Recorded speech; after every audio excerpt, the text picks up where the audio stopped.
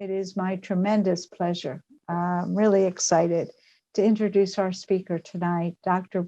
Bonnie Wong. She is the Director of Neuropsychology at the Mass General FTD unit, the neuropsychology program. She's a board-certified neuropsychologist with over 20 years of clinical experience working with adults affected by a range of neurologic conditions. She has developed and directed programs focused on maintaining brain health, slowing cognitive decline, and training cognition through music and movement. Her primary clinical and research focuses include interventional neuropsychology, superaging, and the use of technology in cognitive assessment. It is a tremendous honor and pleasure to welcome Dr. Wong. Thank you. Thank you, Barbara, and thank you everyone for having me here. It's always such a pleasure to be with this group. I think the last time I had the pleasure of being with the Dementia Care Collaborative was in 2019, right before the pandemic hit. It was December on a very rainy night, and I remember that evening fondly, trying to think about how to translate that particular program for Zoom. Has been interesting, but the pandemic has taught us a lot. So I'm hoping that what we've developed here will translate and transmit favorably through Zoom. It has allowed me to invite a friend and colleague, Dr. Sylvia Giuseppe, to be with me this evening to help out. So you'll get to meet her in a little bit. She has been a tremendous help in so much of what we do in the FTD unit, and this gave me an opportunity to bring somebody into my home and safely and hopefully in a fun way. So I'm going to get things started and share my screen. And if I could just get a thumbs up that everybody can see this all right, wonderful, thank you. So today's topic, we're going to look at different ways in which movement and music-based activities can be helpful in the context of a cognitive disorder, but also in health. And what I find so important about these music-based activities is that it allows the care partner and the loved one engage in something where the playing field is a little bit more leveled.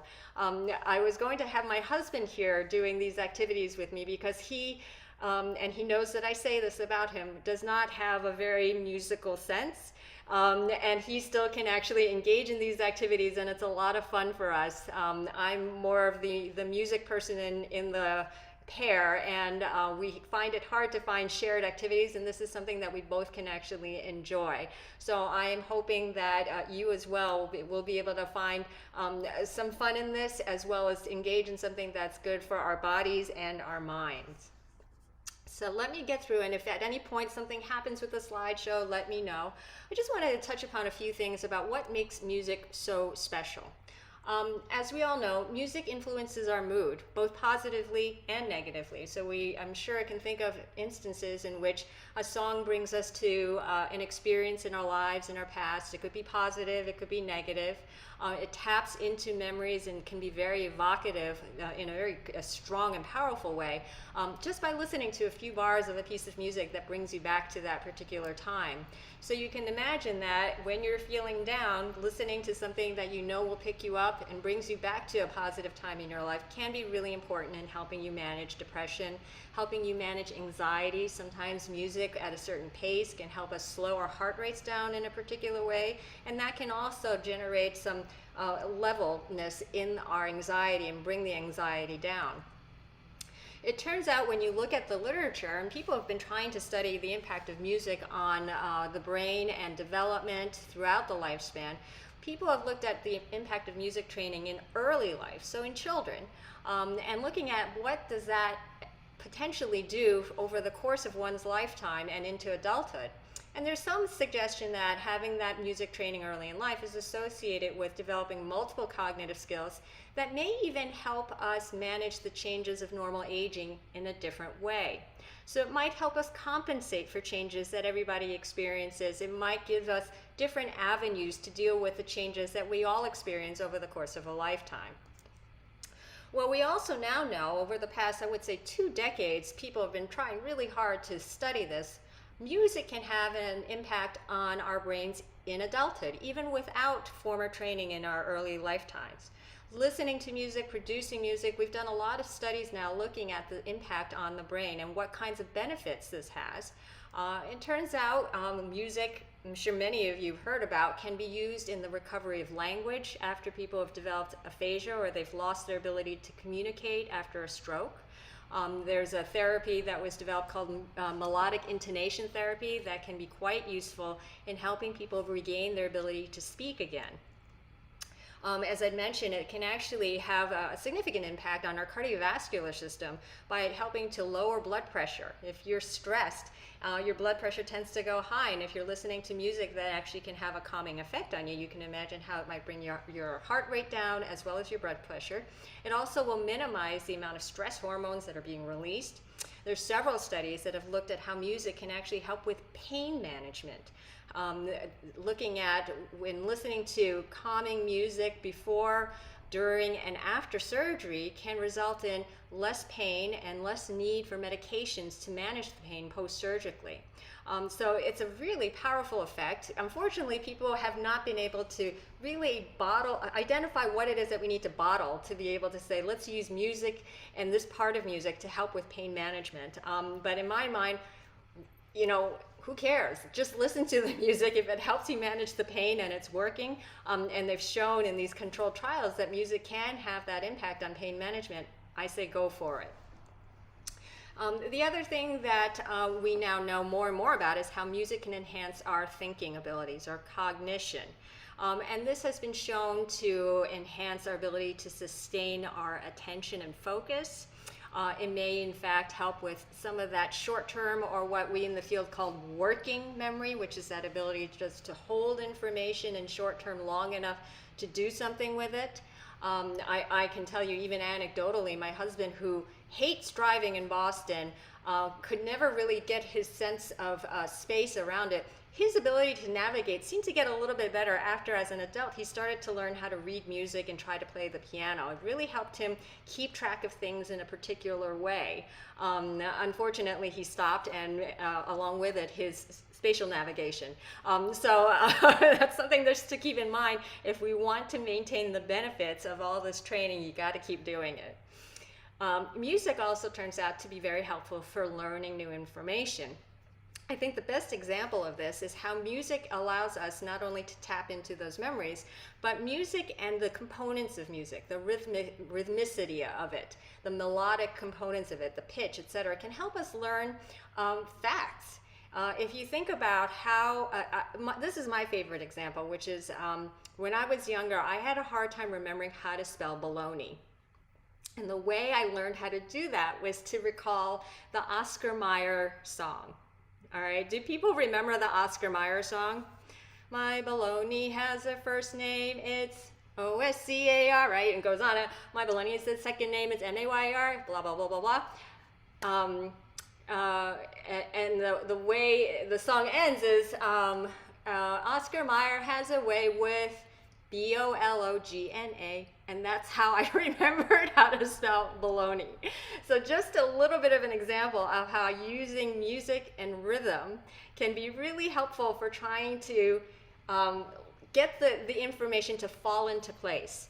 Having those patterns really allows us to be able to tap into something where we may not be able to access it directly, but it actually triggers that memory, that path that allows us to then get to the information we're trying to access. This is a case with rhymes. People learn poetry for ages and ages as a way to remember stories and to relay history.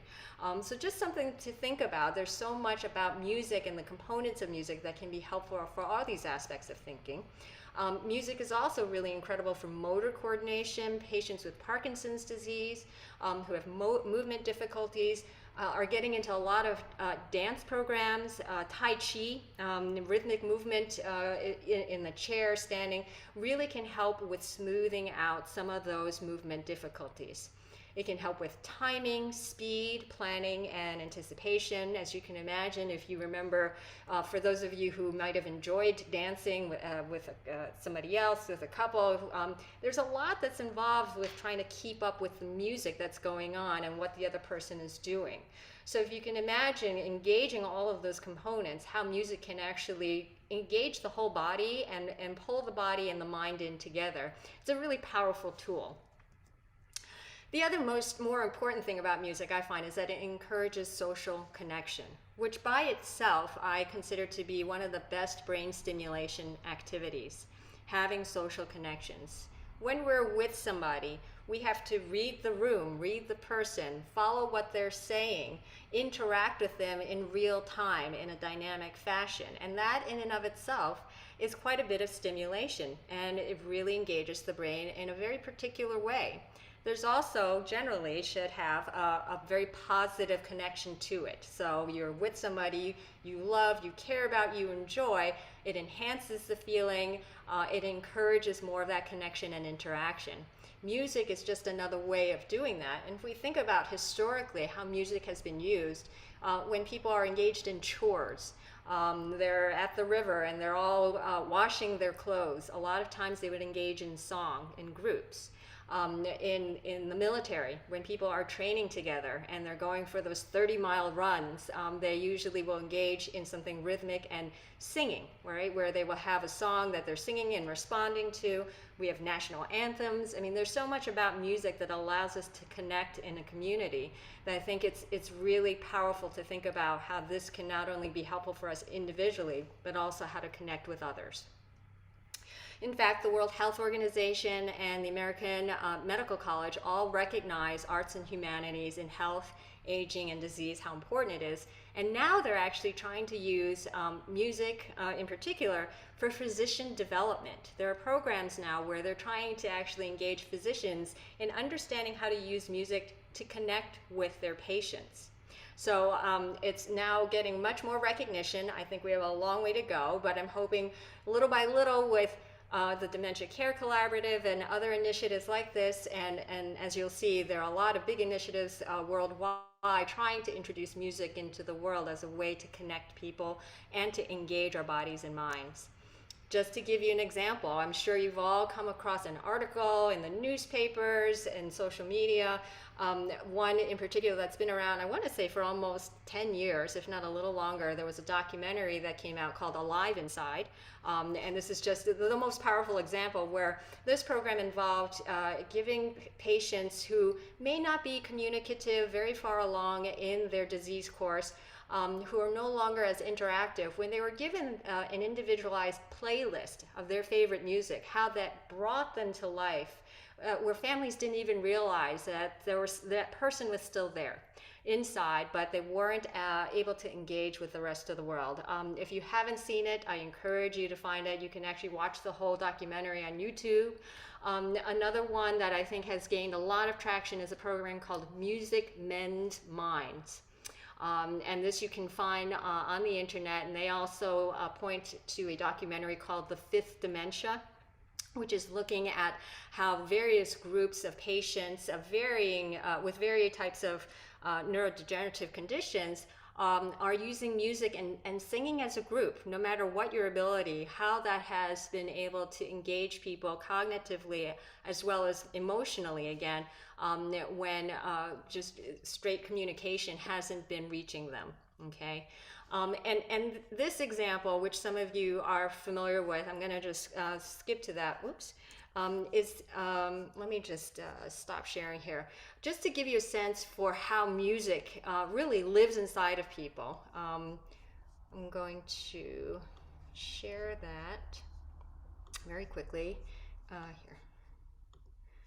And let me know, just give me a thumbs up. This is a woman, is in Spain. She was a ballerina a number of years ago in New York, diagnosed with dementia.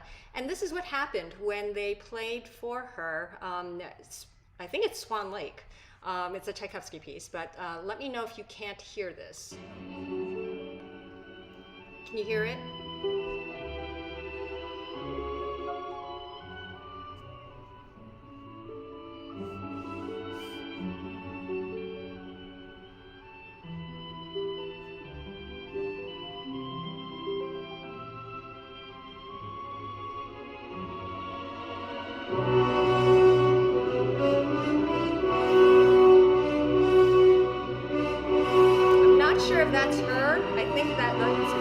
footage of her.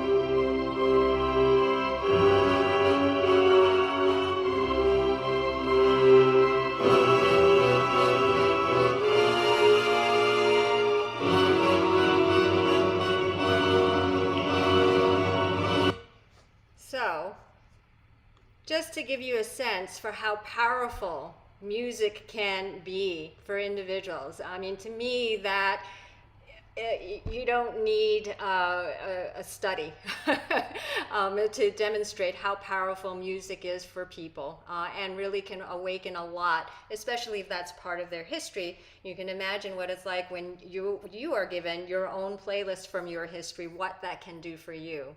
So I find that to be one of the best demonstrations of what music allows us to access. No matter where we are in our disease course, no matter what the condition may be. I know that for a lot of, in hospice care and palliative care, we forget that hearing is with the patient for a very, very long time, even when other senses and faculties are no longer as accessible. So it's just something to think about. Patients can hear and still access those very deep, primitive parts of our brain. Okay, so let me just get back into my PowerPoint. All right, we're back on screen. Can you see that again? Yes, okay, great. All right, and just locally, for those of you who are in the Boston area, there are instances of programs like this everywhere. Dance with Parkinson's, there are so many of these for movement disorders. There's a flamenco-based program for elderly individuals at the Cambridge Senior Center, where you can be seated and engaged with the music and an instructor. So I encourage you to look into all of those opportunities, and now many of them have streaming options, so that you can try to engage even from the comfort of your own home.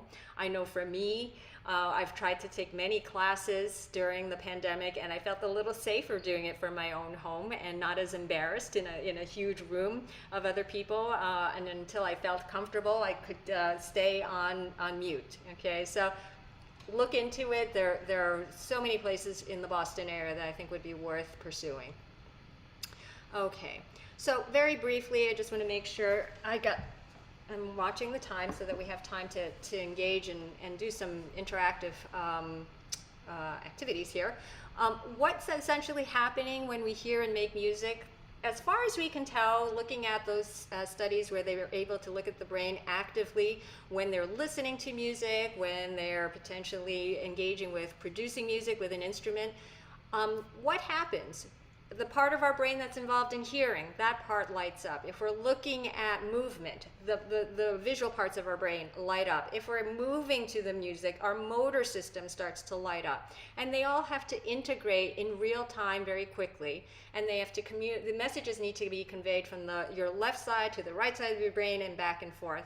And in fact, there have been a number of studies that looked at, after some time of training, those fibers that allow our left and right side of the brain to connect and to transmit information, those bundles can get thicker and can enhance the speed with which our thinking actually occurs. So that's one theory as to what might be happening. It's also about integrating all of these different components and areas of our brain. So as I said, the sound part, the visual part, the motor part, all get lit up. And the idea here is that once one part of the brain gets lit up and engaged and starts to connect with another, you're strengthening those connections. Keep in mind that our brains are set up so that it's networked. It's not as if the hearing part is working in isolation and it's not connected to the seeing part or the movement part. all our parts of our brains are interconnected. And what we're trying to do by engaging in these multiple modality activities like music and moving to music is enhancing those connections, strengthening them, where now some of the research suggests that when you strengthen those areas and those connections, now those areas of the brain can also be used potentially for other areas of our lives and other areas of functioning. Okay, so that's really what we're thinking is happening. As I mentioned, music has rhythm, pitch, melody. It's all part of our brains. It's all part of our primitive brains. What do I mean by that? We respond to heartbeats, right? Parents who keep their babies on their chest, it's very calming for them, the babies, to hear the heartbeat. We respond to vocalizations, you know, even in the non-human world. How do animals, birds communicate? It's by those sounds that they can make, right? The animal can hear whether or not a child is in distress by the pitch of the vocalizations. This is all a way of communicating. What I want to emphasize here, though, is that we have our own built-in musical instruments. We are musical instruments in and of yourself. So if you're thinking at the beginning of this, I don't have a musical background, I don't have a musical instrument, how am I going to do this? Well, it turns out you already have your complete symphony within yourselves. It's just a matter of getting to know your instruments, learning how to use them, and how to get creative and enjoy it in a particular way, and not to be afraid of it.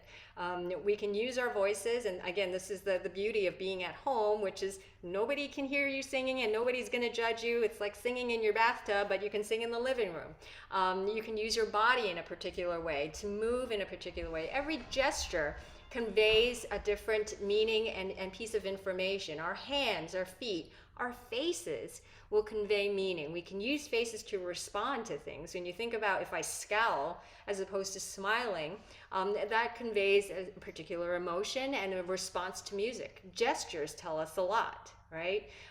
Saluting, waving, moving our shoulders, all are ways in which we can use that to actually convey something to music. So the benefits of rhythmic movement is that it's a foundational piece of communication, is what I'm trying to say. You can send a message without words. When you produce music, it strengthens those connections. And what I think about when I think about producing music with our bodies, we get that benefit of physical activity. You would be amazed at how much you can sweat, even sitting in your chair and doing various activities, just moving your arms and upper body and trying to engage and trying to follow with music. So I encourage people to experiment with that and just to get a sense for how much activity you already get. And as I mentioned, music is really powerful for bringing back memories of who we are and who we were. Just to give you a sense also for the range of programs out there, I encourage people to look up things like Music Men's Minds, the music and memory programs that are out there, the Smarter Aging program, and other movement-based activities, Tai Chi, studies in movement disorders. There's so many things that you can actually access now on the internet and bring into your home as a way to give you ideas of how you want to bring music and movement to your daily life. Another example I like to give, this is a patient who unfortunately has passed away now, but she was diagnosed with Lewy body dementia. But in her earlier life, she was a tap dancer, and her daughter decided to bring her golden tap shoes to her in the assisted living facility. She was largely unable to communicate at this point, but when they brought her record set in, with the actual record player and the records, and played, it was amazing what we saw. So let me know, let me know if you can't hear what's going on. Is that okay?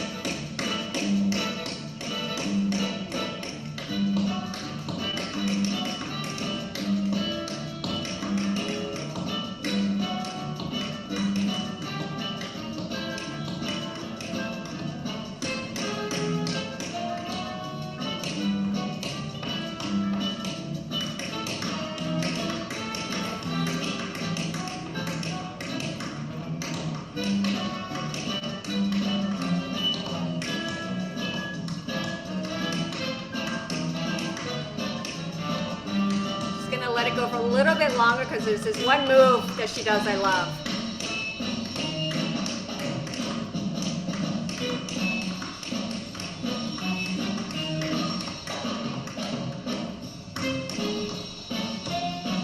right there.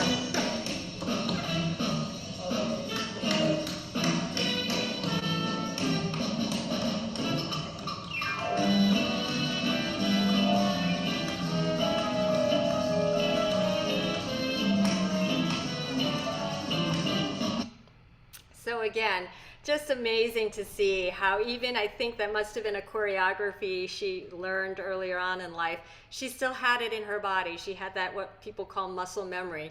And she was even doing the shuffles that I can imagine doing when she's standing up, but she's seated. And this allows her that level of physical activity that I think is still really quite important.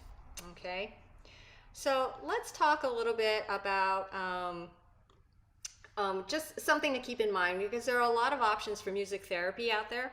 When you look at a program, what you want to make sure is part of the program. And I say buyer beware because there are a lot of opportunities out there where people say, oh, well, I sing and I'm going to make that therapy. Or I was a dancer when I was a child, so I'm going to find a way to make that therapy. And it's not that easy. You want to make sure that the therapy, whatever it is targeting what you want it to target. Is it about engaging your motor coordination in a particular way, but that's also safe? Is it about a particular outcome, a change that you want to see? I want to have more range of movement. I want to actually be able to engage in a particular way. Think about what it is that you want to get out of the therapy. Think about also how you actually would measure whether or not the therapy is working. What is that outcome? Is it that you want to be able to have a louder voice because you are no longer, for a lot of people, the volume of their voice may get smaller. And so is this particular program going to help? I want to be able to sustain a conversation a little bit better because my thinking, I just lose track of my thinking. Could this therapy help? Will the changes last and for how long? And what is the evidence out there? It's hard, but you want to see if the program will be able to say, well, we've done some studies that looked at the impact of this type of intervention, and we can share with you what we've learned. So just something to keep in mind as a consumer. Okay, components you want to look for and incorporate in whatever your music-based practice is, and we're going to try to coordinate and integrate some of this in our activities shortly. Movement and coordination. Does it allow you to increase your awareness and monitoring of yourself? When you start engaging in these activities, you'll realize you have to really think very deeply and focus on yourself. What is my body doing, and is my body actually doing it? It forces you to pay attention to yourself in a very different way, and it helps us increase our insight and awareness of what's going on in our bodies.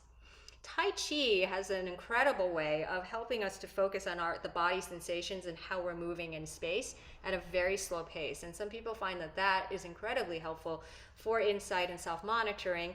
And then multitasking, going back and forth to what I'm doing outside to what my body's doing inside. Going that back and forth can also be part of what you're looking for in that activity. Is it helping with sustaining your attention? Is it memory? Is it emotional memory? Does it have the social group connection? And then again, the duration and the impact of change. With any type of intervention and therapy, it's not going to be something where you're going to do it for 3 months and then that's it, you don't need to do it again. You need to continue on and find ways to keep it interesting for yourself so that you'll want to continue doing it, and add new challenges so that your brain is continually stimulated in a particular way. For some people, it means I'm going to learn how to do a different type of music and dance. Or it could be I'm going to now try to figure out how to use my instruments to recreate that. Or it might be I'm going to prepare this as a presentation for somebody else and to perform it for my family members. Changing the goals can be a really impactful way for adding that novelty that these activities need.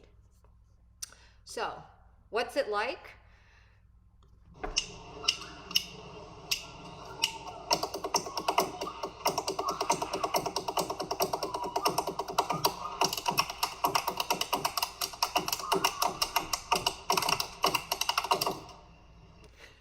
You're all going to be doing that by the end of the evening. No, I'm just kidding. They are very experienced with this, okay? But essentially, they didn't say a word to one another, but they found a way to use their body as their instruments. They were clapping, okay? They were snapping. They were using their body as a form of percussion and beat. They were stamping their feet. They were hitting their lap. right? There's so many different ways. And that last gesture even of hers with that shoulder coming out, that was a way that showed and conveyed something as well. Even though it made no sound, to me it was a sound of a certain type because it conveyed something in the gesture, right? Their facial expressions, everything. There's so much that can be done. So I'm hoping that you can think about how you may be able to use your own personal instruments, and that could include speaking while you're doing all of this, singing while you're clapping and stamping at the same time. There's so many ways in which you can actually, in yourself, be your own symphony, okay? So we're gonna try some of these exercises. Oops, sorry, let's see. Oh, actually, before we even get into that, one other thing I wanted to just show and demonstrate for you. I always find that this is an interesting activity. I'll see what you guys think. I'm gonna clap out a particular rhythm. And I wanna see, I'm gonna stop sharing for a moment here, if any of you can identify what this, I'll tell you it's a song, okay? What this song is based on the rhythm that I'm clapping, okay? Just wanna make sure, can you hear this? Okay, great. So here's the rhythm, and when you think you know what this song is, just raise your hand, okay? Here we go.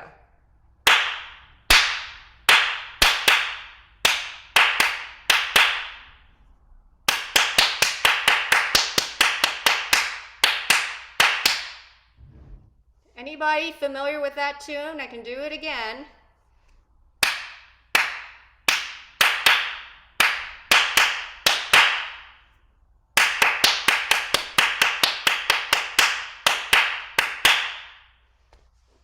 Any guesses out there? You're gonna have to, I think they're gonna need to unmute themselves. Teddy Bear's Picnic. Teddy Bear's Picnic. I think that has a lot of similar components actually. Yes, I didn't even think about that. Row, row, row your boat. Boat. Oh, yep, I got a couple of those. Row, row, row your boat. But the Teddy Bear's Picnic has the same rhythmic pattern as well. Excellent. I just learned something new. Thank you. But as you can see, just by going through you didn't hear any pitch changes, any melody. You just heard by the rhythm. And that's really what we're talking about here. I think that's the most fundamental component of music is the rhythm that allows us to carry and convey information. Okay, you can do this also with nursery rhymes. I do this a lot in some of my groups where I can do something like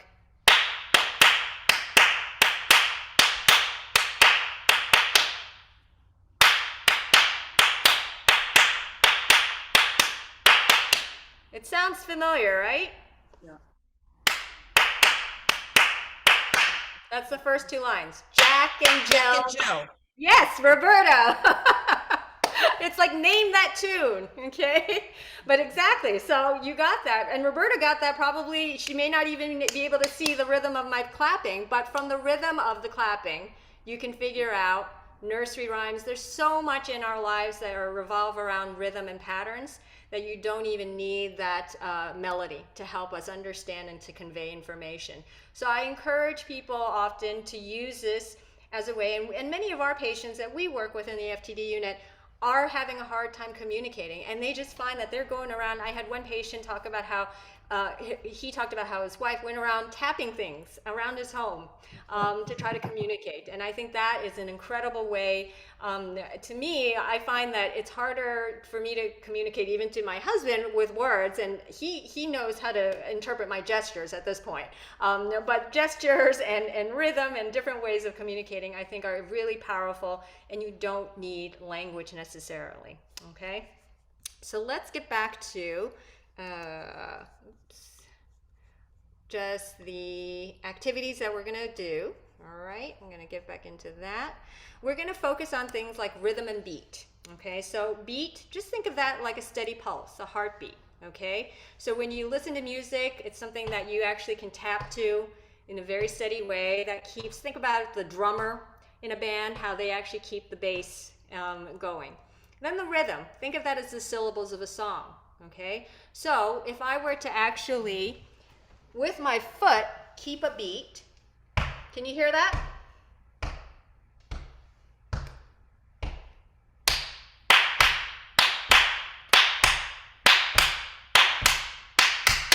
My hands are doing the rhythm, but my feet are keeping the beat. That alone is an exercise that you can try with music that you enjoy, okay? I find when I do this in a group, I ask people to bring music in that they want to try this with. And it can be done with almost any type of music. I have not tried it with punk rock or heavy metal, but if you want to experiment, that is one way you can challenge yourself. But it's really interesting to see, can you find the beat? Let's start with the beat. And then can you add in the rhythm? So that's what we're going to try to do today. All right. You did name that tune. We did Row, Row Your Boat. Let's go into the challenge. All right. So let's start off by finding your sound at home, okay? Think about what you want to use as your instrument. Are you going to be clapping? Are you going to be snapping? This is a little harder to do if you have cold, dry fingers like I do.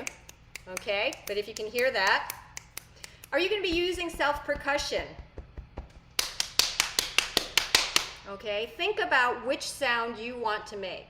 With your clapping, just to give you a little bit of range, you can close, keep it closed, so your palm to palm with a little bit of space in between. Or you can clap with your, let's see, fingers to the palm. You see how that's a very different sound?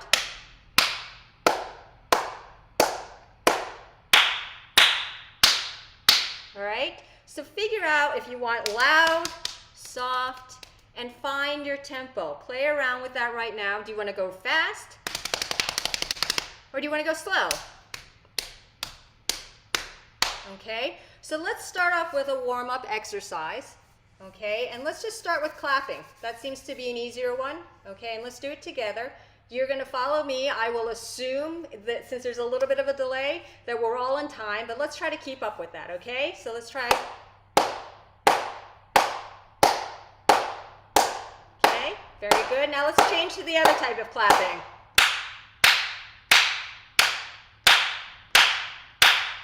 And now let's go back. See what feels comfortable. Now try switching. Do 2 like this and 2 in the other way. 2 like this, 2 the other way. 2 like this, 2 the other way. If you want to get really adventurous, we'll go slower. You can switch one every other one, right?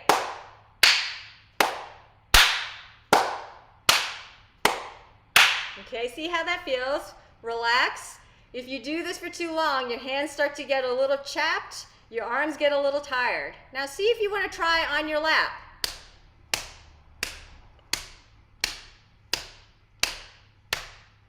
That doesn't hurt too much. Let's try double time. If you don't want to do it on yourself, try it on the table.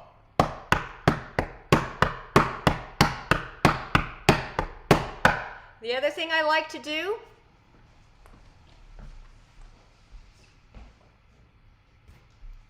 I have a choreography that I do with a cane, okay? And what I like to do with that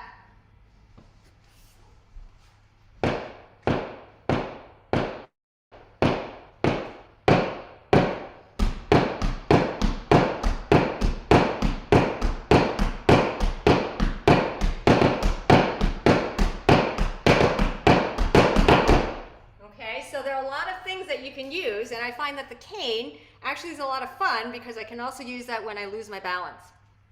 All right, so see what you want to use for your instruments here. Let's just keep with clapping today, okay? The other warming up exercise I like to do is this alternation, and here I'm going to take off the screen share and bring my friend and colleague Dr. Giuseppe into the picture. Let me take off my blur so you can see my messy background apartment. And there's Dr. Giuseppe. Okay, so if you are with a partner, another way to do this. Can you see us both? Let me just turn it a little bit more. The joys of doing Zoom from home. There we are. How about that? Okay. Is to alternate. So what I'm going to do is clap in between her claps. Okay, so I'm going to let you start at this pace,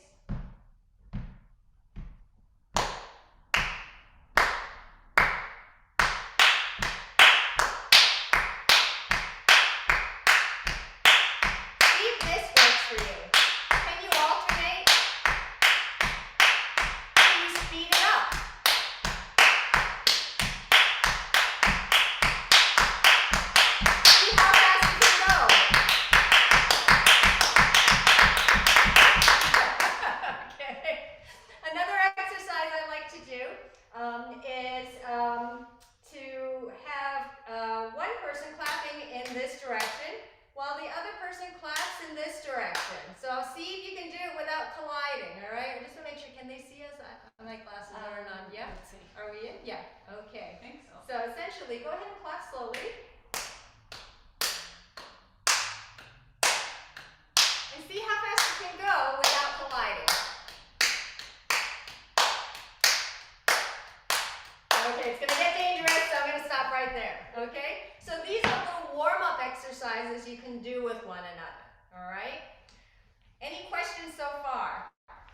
I'm going to put on my shoes that make a little bit more noise. I've got my floor here. I've got a special floor. I think my neighbors are wondering what the heck is going on here with all this banging and drumming and cane knocking. But if you have tolerant neighbors and they're interested in joining you, this might be a fun thing to do. Okay, let me just pull up the slide that I was thinking of next. Okay, so let me just share this very quickly. Now here are some of the exercises that I think can be actually quite a bit of fun. And I'm going to share these also with the team here if they want to turn them into PDFs and share them with you so that you could try it at home, okay? Oops.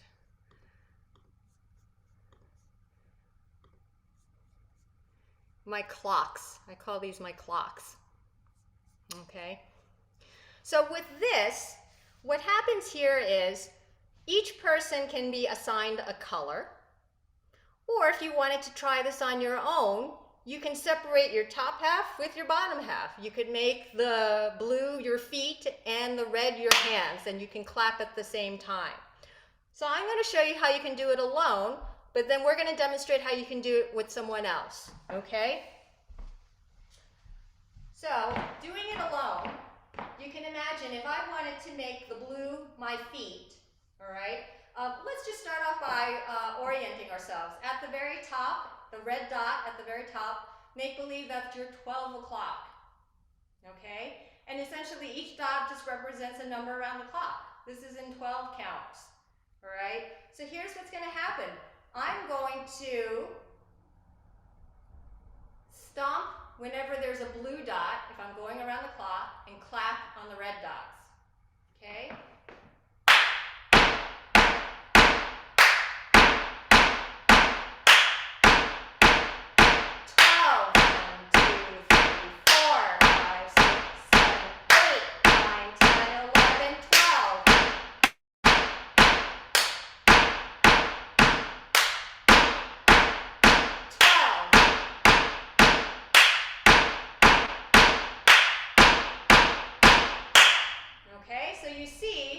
Actually do both. Now if you really wanted to get clever with that, what you could try to do is keep your feet going for all of those and clap only on the red. 12, 1, 2, 3, 4, 5, 6, 7, 8, 9, 10, 11, 12. 3.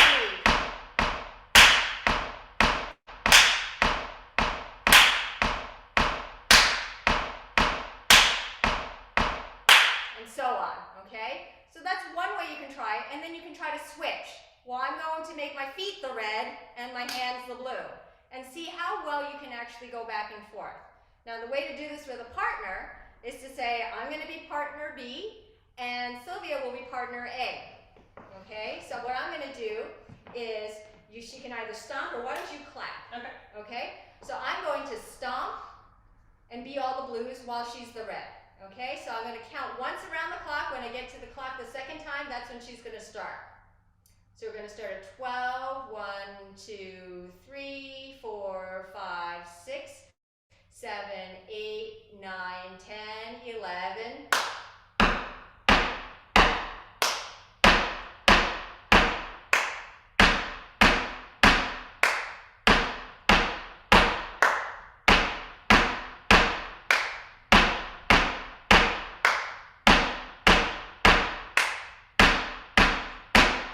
Great. Okay, so that's our warm-up. So far, so good?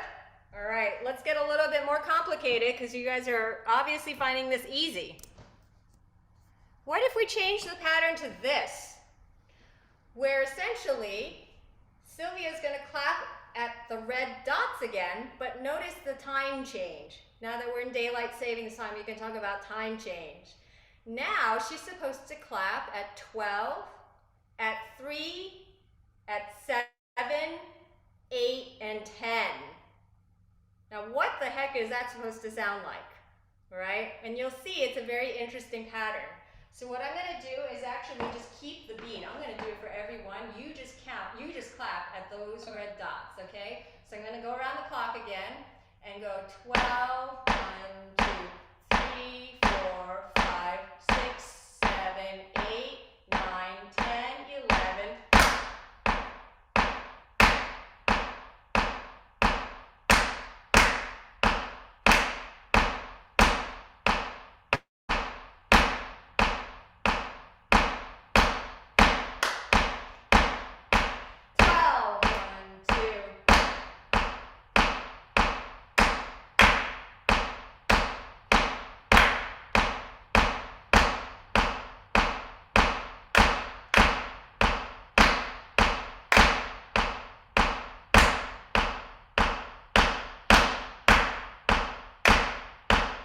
Beautiful. Now, that's tricky, right? Because you have to know where in the clock are we, and if I get lost, how do I jump back in? Since it's not a regular rhythm where you can say, oh, it's every other or every two, you really need to know where you are because sometimes it comes in succession, sometimes there's a space in between. But it really requires a lot of keeping track of where you are in the clock. Now, I could have done this for Sylvia. Let's try it again. Okay, so I'm going to go around the clock again. 12, 1, 2, 3, 4, 5, 6, 7, 8, 9, 10, 11.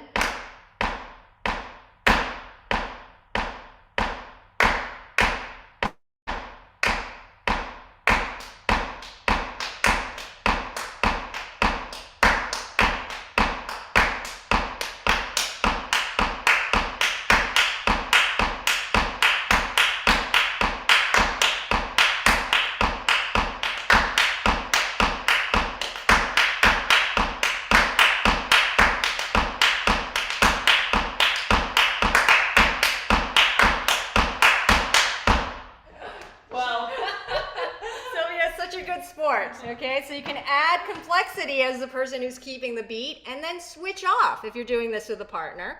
Another rhythm to try. This is probably a little bit easier because it's a little bit more even, but you can do something where one person is doing just the 12, 3, 6, and 9, and the other person is actually doing all of the numbers in between. And then the first round, you have it in one orientation, and then the second time around, partner A and partner B can switch. Different ways in which you can actually make this a little bit trickier. Now, what you heard me doing for Sylvia just now was what we call counter time. And what I was doing was slipping in additional beats in between the bass, right? Which makes it a little bit more distracting. So you can imagine if you are in charge of doing all the red circles, not only do you have to pay attention to where you are in the clock, you have to also ignore me. Ignore all those extra things that I keep throwing in, right? And that's something that really requires a fair amount of concentration and an ability to inhibit yourself. You may have noticed when you were doing the partner exercises, you had to be careful not to overlap with the other person.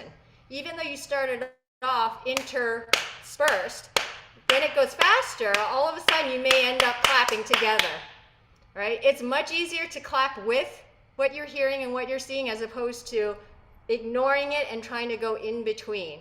This counter time activity is really incredibly hard, but it can help with inhibition and learning how to control your motor movements and control the timing, control your responses. It's much easier to just go with the time than to try to go in between. So if you're listening to a radio song and you find the pace is reasonable, can you find the beat? And then can you try to clap in between the beats? That I find always to be a lot of fun, and doing it with music you enjoy at a pace that works for you. see what an interesting sound that ends up making, okay? So I find counter time to be a lot of fun, and that just refers to these little asterisks where you can put in another beat, or where you can double the beat, or where you can triple the beat, okay? Where you can actually add things in. Now you can create a trio. So if you have a neighbor downstairs you're getting a lot of complaints from, and you want to actually bring into the mix so that they're not as upset with you, have them take on one of these circles, okay? One of you can do pattern A, one of you can do pattern B, and one of you can do pattern C. And what ends up happening is you end up creating your little orchestra just through clapping, right? You can have one person keep the beat, or as I use often, a metronome as the bass, and then everybody takes on their respective red dot movements and clapping. You can decide that one person is going to clap on their red beats while somebody else is going to snap, or somebody's going to actually do a body percussion, or somebody's going to tap their foot. And when tapping your foot, it could be the toes, or you can use your heel, or you can use both and alternate between the two while you're sitting. Something that I find that's really interesting is when people actually are able to sit and can actually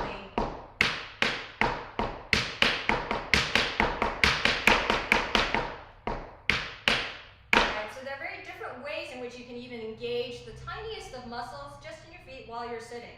And of course, as I mentioned, now that I'm doing a choreography with a cane, this actually has been a lot of fun, right? So you can actually add essentially a third appendage.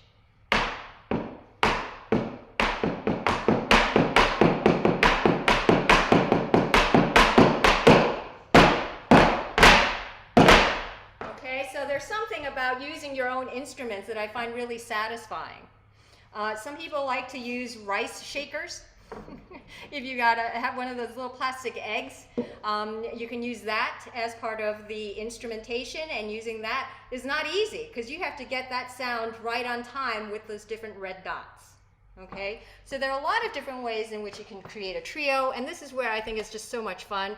Even when you saw that video of those two palmeros, they're called, they're doing the clapping together. There was such a beautiful coordination and a musicality to it that you can create so many different things. And that was just something they had worked on recently and decided to try to do.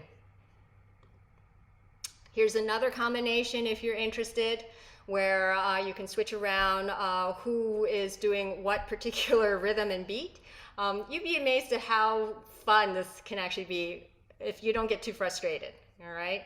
So feet, beat versus rhythm. You can hum as well if you don't want to just use clapping as the rhythm.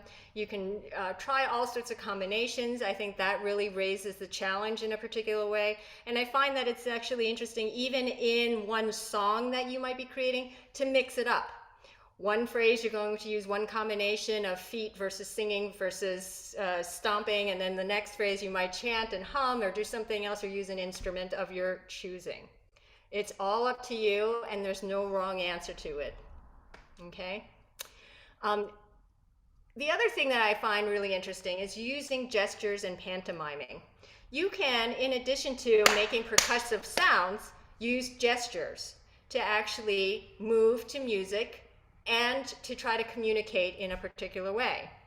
Mirroring exercises I find really fun. So I'm going to try a little exercise here with Sylvia again. Let me see if I tried connecting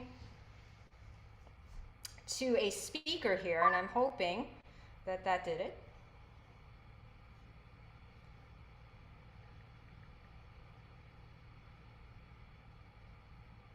Let's see here.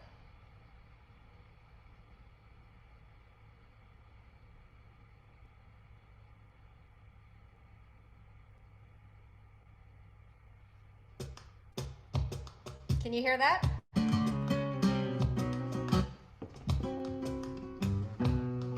so what I'm going to do is just play around with movements, okay? And I'm going to have, let's see, and I can't tell if you can see. Are we on?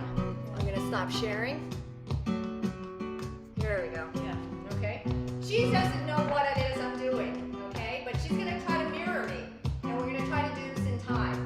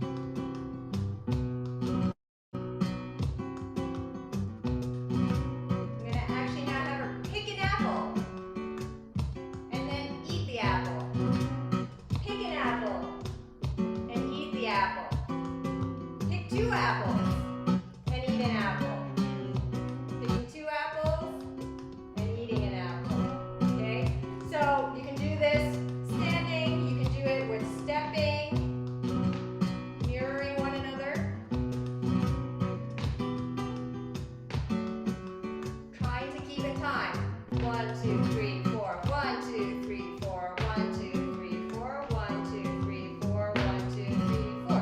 1, 2, 3, 4. 1, 2, 3, 4. 1, 2, 3, 4. 1, 2, 3, 4. And so on and so forth. Okay? Mirroring can be a lot of fun. If you find the right pace and find the right music, essentially you're dancing. And I realized you may not have seen what I was doing when I was saying picking apples. I kind of got cut off there. Essentially, I just made believe I went to pick an apple and I went to eat it. So that's what I meant by picking an apple and eating it. We were doing windshield wipers. We were doing hand painting when we were mirroring one another. There's so many different ways in which you can actually start to mirror. And there's a lot of guesswork involved in that, right? Because you don't know, whoever is the leader for the first exercise, they're not necessarily going to tell you what you're going to do, but you know that you have to be alert and ready. And this engages us, our attention, in a particular way. We need to really focus on everything your partner is doing so that you can respond and still try to catch up within the timing, right? Sylvia did not know I was going to put her on the spot like that. But she could hear that I was counting the timing, so that means she had to keep up and catch up so that we could still stay in time. So there's so many different ways in which you can use mirroring and using music as a way to physically get active, but also you're listening to the music, you're keeping up with the timing of the music, and that in and of itself exhausts your brain, I think, if you're not used to doing it. So play around with that, okay? The other thing I like trying to do is when there's music going on and you don't want to see your partner, you can sit in your respective chairs and close your eyes and see if you can just follow based on the sound and not look at your partner. That's another level challenge. That's level 2 challenge, okay? It could be easier for some people because when I see someone, I'm more likely to try to follow them rather than actually go in between their claps, etc. So play with that. I think that can actually be a lot of fun, all right? So as I said, create your own moves. I did paintbrush hands, I did apple picking hands and apple eating hands. You can think of so many moves on your own. Basically, they're about pantomiming. What is it that you want to actually mimic? Do you want to mimic flying? So you're going to put your hands out in a particular way. Do you want to be Superman? Do you want to, be a rocket and start kicking while you're sitting? There's so many different things you can think of. Do you want to be Charlie Chaplin with your cane? I find that that's been actually really a lot of fun for me to play with because I'm learning how to actually coordinate twirling this thing while also making sound with it in a particular pattern. It's been quite a challenge for me mentally trying to figure out, this is essentially my third foot. How do I coordinate my third foot while I'm walking and talking and trying to do all of this in time with music? So that's something else that I think can be a lot of fun. Hands and arms, feet, windshield, we talked about this, pinwheels, or as my husband says, it looks like I'm washing windows. And then again, think about instruments around the house. Okay? Oops. This was just the summary, essentially. Playing with different variations, partner exercises, playing with the volume, using music that you like, using your body, seated or standing. The clock exercises, again, I'll send this to the team so that if you want a copy of these as a PDF, we can make that available, I think. And in my mind, the most important thing is just dance and move as if nobody's looking and watching, which is the pure joy I feel whenever I've watched a Charlie Brown Christmas since childhood. There's this one scene where they're all just dancing in the most bizarre ways. I loved how this fellow up here was dancing as if he were a zombie. And it was just pure joy. People were just doing whatever they wanted. And you'll find that the more you do that and engage with music that you enjoy, you can sense the change in yourselves over time, and if you're sharing it with somebody else as a couple.